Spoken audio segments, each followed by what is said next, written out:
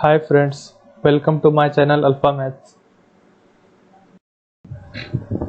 Dear friends, आज के इस वीडियो में हम सेट में लीनियर और क्वाड्रेटिक कॉन्ग्रुएंस में पूछे गए सवाल देखेंगे। पहला क्वेश्चन है which of the following linear diophantine equation has no solution. Options हैं first 2x plus 3 is congruent to 0 modulo 101.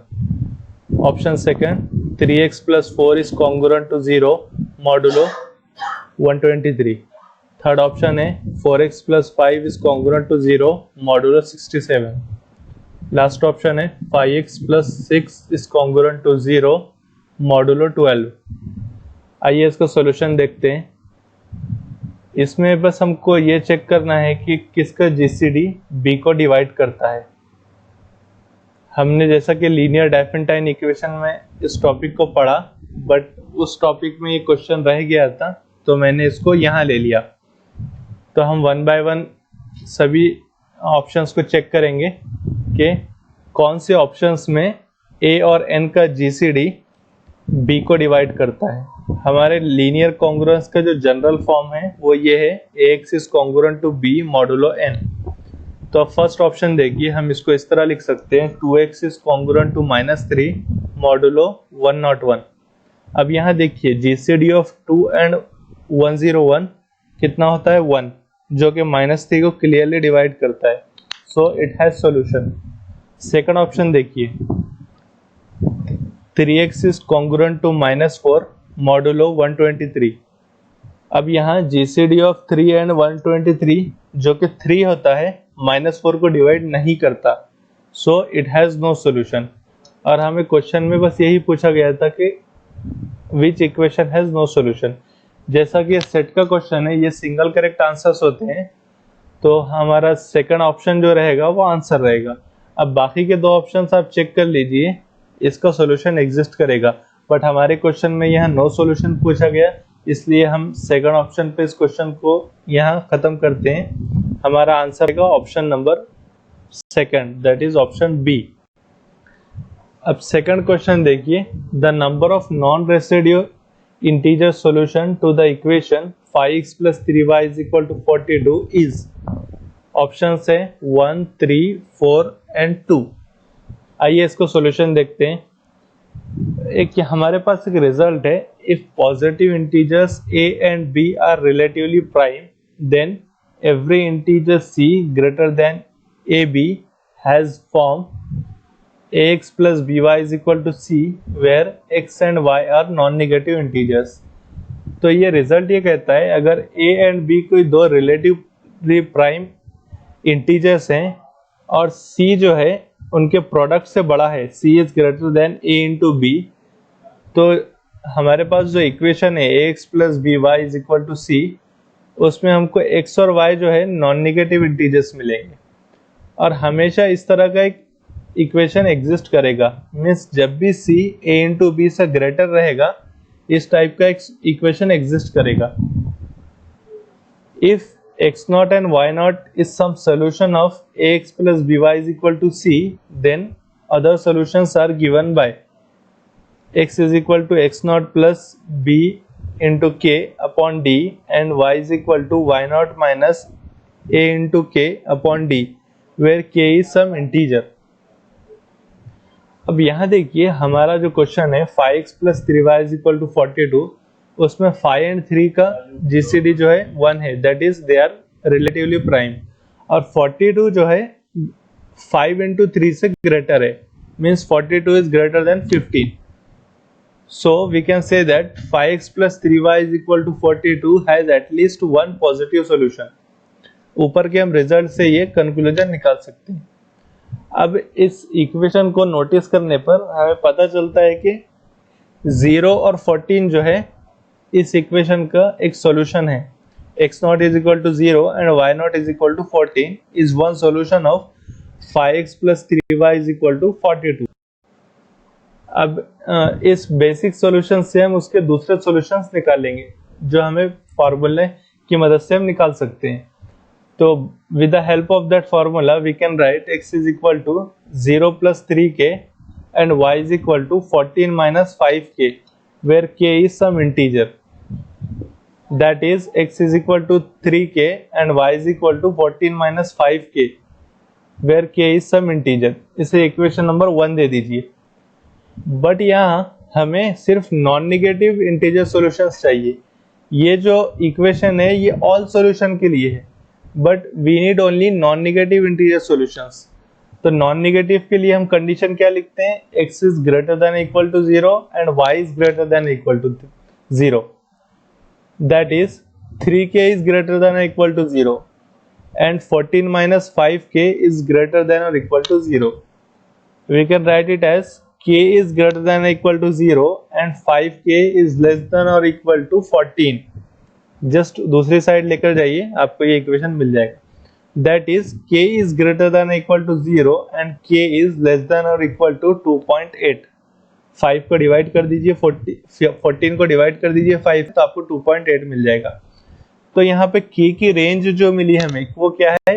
0 is greater less than और equal to k is less than और इक्वल टू 2.8. बट हम जानते हैं कि k क्या है? Integer है. तो k की फिर वैल्यूज क्या मिलेगी हमें? k is equal to 0, 1 and 2, क्योंकि k की वैल्यू 2.8 से छोटी है, इसलिए हमें जो लास्ट वैल्यू मिलेगी इंटीजर की वो होगी 2. तो k के वैल्यूज मिले हमें 0, 1 एंड 2. अब इस वैल्यूज को इक्वेशन नंबर 1 में रखने पर देखिए हमें ये 3 इक्वेशंस मिलते हैं.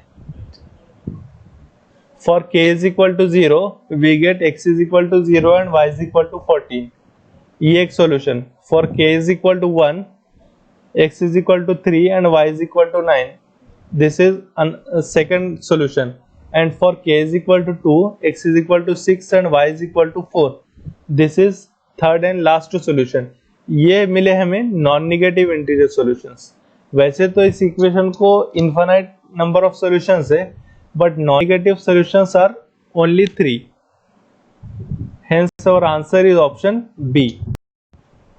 अब next question, the number of quadratic non-residue modulo 23 is. Option first is 10, option second 22, option third 11, option fourth 2. चलिए इसका सॉल्यूशन देखते हैं. हम जो number of residue and non residue modulo p जो निकालते हैं वो इस सेट में निकालते हैं 0 to p-1 के सेट में, और यहाँ हमारी p की वैल्यू कितनी है? 23. तो हमें 0 to 22 वाले सेट में इसकी क्वाड्रेटिक रेसिड्यू और नॉन रेसिड्यू दोनों भी सॉल्यूशंस निकालना है. अब देखिए, some authors consider 0 as a quadratic residue and some not.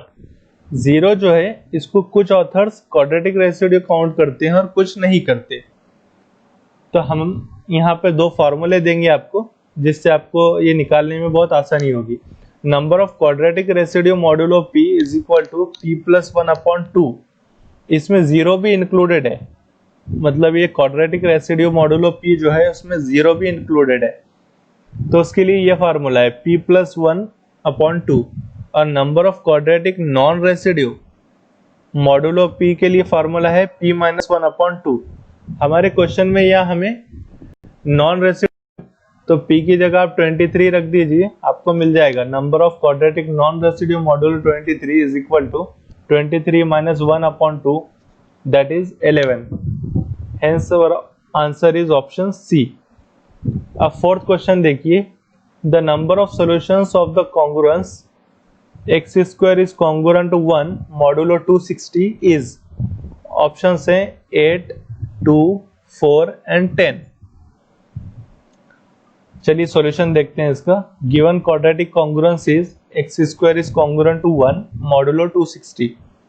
अब हमने हमारे पिछले लेक्चर में, जिसकी वीडियो मैंने डिस्क्रिप्शन में, जिसकी लिंक मैंने डिस्क्रिप्शन में दिया है, आप वहां देख लीजिए. हमने जो क्वाड्रेटिक कॉन्ग्रुएंस सॉल्व किया था वो स्पेशली p के लिए सॉल्व किया था, बट यहाँ पे it is not a prime number. तो अब इसका कैसे निकालना है, चलिए देखते हैं.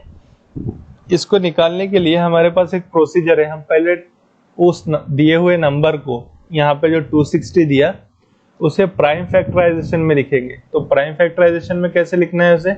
260 is equal to 2 square into 5 into 13, ये इसका यूनिक प्राइम फैक्टराइजेशन है। किसी भी हम इंटीजर को यूनिक प्राइम फैक्टराइजेशन में लिख सकते हैं, तो इसका प्राइम फैक्टराइजेशन इस टाइप में, तो वो क्या होता है 260 is equal to 2 square is 4 into 5 into 13। अब जो है solutions of incongruent solutions of x square is congruent to 1 modulo 260, ये निकालना है हमें। तो इसका सॉल्यूशन निकालने के लिए हमें ये तीन इक्वेशंस के सॉल्यूशन निकालना पड़ेगा। X square is congruent to 1 modulo 4, x square is congruent to 1 modulo 5 और x square is congruent to 1 modulo 13। जो हमने प्राइम फैक्टराइजेशन निकाले उसको मॉडुलो में लिखना है और उनके तीन डिफरेंट इक्वेशन बना के उन्हें सॉल्व करना है। तो चलिए पहले इक्वेशन का सॉल्यूशन निकालते हैं। Solutions for x square is congruent to 1 modulo 4। X square is congruent to 1 modulo 4 को हम कैसे लिख सकते हैं, x is congruent to plus और माइनस 1 मॉडुलो 4। इस क्वाड्रेटिक कॉन्ग्रुएंस को मैंने लीनियर में कन्वर्ट किया तो इस फॉर्म में आ जाएगा। 1 का स्क्वायर रूट जो है प्लस और माइनस 1 जो मैंने यहाँ लिख दिया, तो एक्स स्क्वायर का x हो जाएगा और इसका 1 का प्लस और माइनस 1। अब देखिए मॉडुलो 4 में 1 क्या रहता है, वो तो 1 ही होता है और माइनस 1 क्या होता है, 3 हो जाता है। तो हम यहाँ लिख सकते हैं x is congruent to 1 modulo 4 and x is congruent to 3 modulo 4। तो ये हमें दो सॉल्यूशंस मिल गए इस क्वाड्रेटिक कॉन्ग्रुएंस के। अब solutions for x square is congruent to 1 modulo 5, similar way में आपको निकालना है। X square is congruent to 1 modulo 5 can be written as x is congruent to plus और माइनस 1 मॉडुलो 5। अब यहाँ माइनस 1 क्या हो जाएगा, मॉडुलो 5 में 4 हो जाएगा। तो x is congruent to 1 modulo 5 and x is congruent to 4 modulo 5। ये दूसरे दो सॉल्यूशंस में। अब solutions for x square is congruent to 1 modulo 13। ये देखिए x square is congruent to 1 modulo 13 can be written as x is congruent to plus और minus 1 modulo 13। अब यहाँ माइनस 1 क्या हो जाएगा, 13 में 12 हो जाएगा। तो x is congruent to 1 modulo 13 and x is congruent to 12 modulo 13। ये और तीसरे दो सॉल्यूशंस मिले हैं। तो इस तरह कितने हो गए टोटल सॉल्यूशन, 6। बट यहाँ 6 आंसर नहीं होगा, हमें नंबर ऑफ सॉल्यूशंस किसके निकालना है, x square is congruent to 1 modulo 260। तो इसके लिए फॉर्मूला ये होता है कि जो तीन डिफरेंट हमने उसके प्राइम फैक्टराइजेशन किए और उनका मॉडुलो लेकर जो क्वाड्रेटिक कॉन्ग्रुएंस बनाए, उनके जो सॉल्यूशंस है उनका प्रोडक्ट करना है नंबर ऑफ सॉल्यूशंस का। तो number of incongruent solutions of x square is congruent to 1 modulo 260 is equal to number of incongruent solutions of x square is congruent to 1 modulo 4 into number of incongruent solutions of x square is congruent to 1 modulo 5 into number of incongruent solutions of x square is congruent to 1 modulo 13 is equal to 2 into 2 into 2। क्योंकि हमारे यहाँ तीन solutions मिले थे, हमको तीनों भी दो सॉल्यूशंस मिले थे तीनों केसेस में। तो 2 into 2 into 2 कितना हो गया, 8। Hence our answer is 8, that is option A। अब इस क्वेश्चन को सॉल्व करने के लिए मैं आपको तीन रिजल्ट्स देता हूं इस टाइप के क्वेश्चन सॉल्व करने के लिए, जो कि बहुत इंपॉर्टेंट रिजल्ट्स है, जो जनरल रिजल्ट्स है। उसमें रिजल्ट नंबर फर्स्ट ये है, if x square is congruent to a modulo 4 has a solution if and only if a is congruent to 1 modulo 4, in which case solutions are x is congruent to 1 modulo 4 and x is congruent to 3 modulo 4। Means इस type की अगर कोई quadratic congruence दी हुई है जिसमें modulo 4 है और a जो है कॉन्ग्रुएंट टू 1 है मॉडुलो 4, तो इसके दो सॉल्यूशंस एग्जिस्ट करेंगे। कौन कौन से होंगे, पहला x is congruent to 1 modulo 4 and second is x is congruent to 3 modulo 4। अब हमारे केस में देखिए x is congruent to 1 modulo 4 में a is equal to 1 था और 1 is congruent to 1 modulo 4 होता है। तो ये कंडीशन सेटिस्फाई कर रहा है, ये रिजल्ट सेटिस्फाई कर रहा है हमारा केस। तो उसके यही दो सॉल्यूशंस आए थे बराबर। तो ये दो सॉल्यूशंस मिल गए। अब बाकी दो के लिए हमारे पास रिजल्ट नंबर 3 है, x square is congruent to a mod p. तो इस इक्वेशन के लिए या तो दो सॉल्यूशंस रहेंगे या फिर इस इक्वेशन में कोई सॉल्यूशन ही नहीं रहेगा, means either has no solution और two solutions. And if solution exist and if x is some solution then other solution will be -6। अगर उस क्वाड्रेटिक कॉन्ग्रुएंस मॉड p का x अगर कोई सॉल्यूशन रहता है तो -6 जो होगा वो दूसरा सॉल्यूशन रहेगा। हमारे केस में हमने इसी तरह निकाला था, सेकंड कॉन्ग्रुएंस का जो था 1 एक सॉल्यूशन था तो दूसरा क्या था -1, और -1 क्या होता है मॉड 5 में 4, तो एक सॉल्यूशन 1 था तो दूसरा 4 था। और मॉड 13 के केस में एक सॉल्यूशन आया था 1 तो दूसरा -1, तो -1 क्या होता है मॉड 13 में 12, तो एक आया था 1 तो दूसरा आया था 12। तो इस तरह हम उसके तीनों 2 सॉल्यूशंस निकाल ले सकते हैं और तीनों का प्रोडक्ट कर सकते हैं। अब मैं इस हमारे क्वेश्चन का एक लॉजिकल सॉल्यूशन बताता हूं आपको। हमारे ऑप्शंस में देखिए कहीं पर भी 0 नहीं है, ठीक है। अब हमने इस पहले रिजल्ट से हमारी फर्स्ट कॉन्ग्रुएंस के लिए 2 सॉल्यूशंस निकाल लिए थे। अब बाकी के जो 2 कॉन्ग्रुएंस है उसके लिए रिजल्ट है हमारे पास आइदर नो सॉल्यूशन और 2 सॉल्यूशंस। सपोज अगर दोनों में से किसी एक के लिए भी नो सॉल्यूशन वाला केस आता तो हमको क्या लिखना पड़ता था 2 into 0 into समथिंग, तो हमारा आंसर कितना आता था 0। बट ऑप्शंस में 0 कहीं पर भी दिया हुआ नहीं है, means we can say that the other 2 congruence has 2 solutions, means उनका नो सॉल्यूशन वाला केस एग्जिस्ट नहीं होता, मीन्स दोनों के लिए भी कितने 2 सॉल्यूशंस एग्जिस्ट करेंगे। इसलिए हमने लिखा वहां 2 into 2 into 2 दैट इज 8, जो कि हमारा आंसर हुआ। तो इसको आप इस तरह से भी सॉल्व कर सकते हैं। अब हम हमारा लास्ट क्वेश्चन देखेंगे इस वीडियो का। Number of solutions to the congruence x³ is congruent to 3 modulo 7 is, option है 3, 2, 1 and last is no solution. अब यहाँ क्यूबिक कॉन्ग्रुएंस दिया है, तो क्यूबिक कॉन्ग्रुएंस के लिए हमारे पास कोई प्रॉपर मेथड तो नहीं है निकालने के लिए, बट यहाँ मॉडुलो में छोटा नंबर दिया है 7, तो हमको जो काम करना है वो 0 to 6 वाले सेट में काम करना है, 0 to p-1। तो हम यहाँ 1 by 1 यहाँ x की वैल्यूज ये 7 वैल्यूज रखकर चेक कर सकते हैं, तो हमें पता चल जाएगा कि इसका सॉल्यूशन एग्जिस्ट करता है या नहीं। By inspection we see that there is no x from the set satisfying the given congruence.